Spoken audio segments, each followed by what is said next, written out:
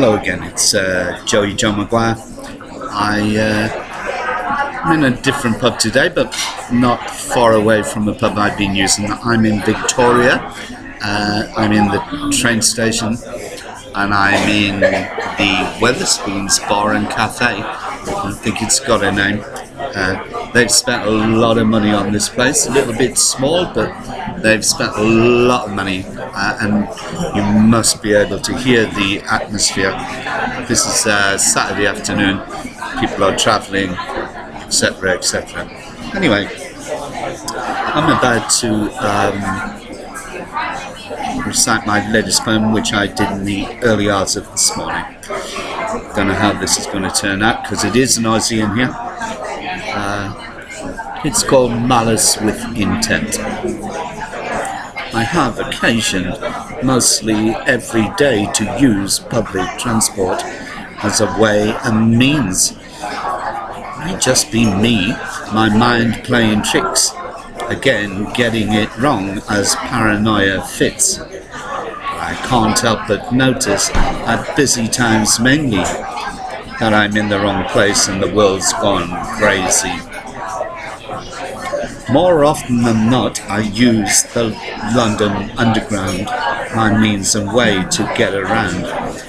But it's much the same on the buses too, where the rush in the fuss means there's never a queue and the priority seats are permanently filled by apparently uncaring people lacking goodwill. I try not to finger point, but it's you and you who never look up, avoiding what's true.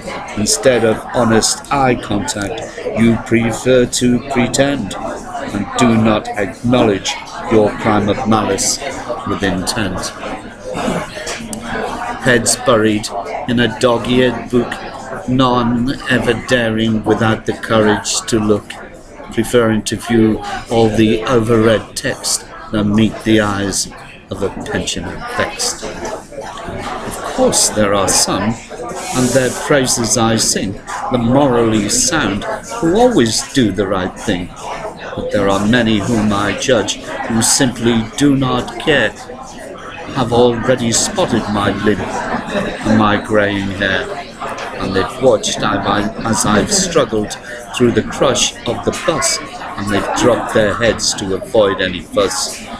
Obviously aware of my situation, guilty as found by dissociation. On today's Underground, it was business as usual. The priority seats occupied by the less needy, mostly young women 15 to 40, pruning and painting their makeup, checking selfies on their cell phones. No, you couldn't make it up.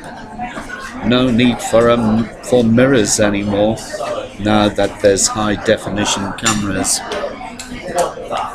When the train stopped, an announcement was made. There's a man on the track. Sorry for the delay.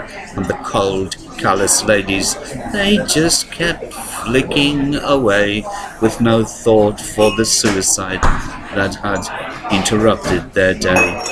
Men showed their shock with an eyebrow display as the ladies sat frigid and out of harm's way. Again I was left thinking, have I got it all wrong? Am I stood on my soapbox singing disgruntled old songs? Am I wrong to suggest, are my morals too high to expect the respect from those abler than I?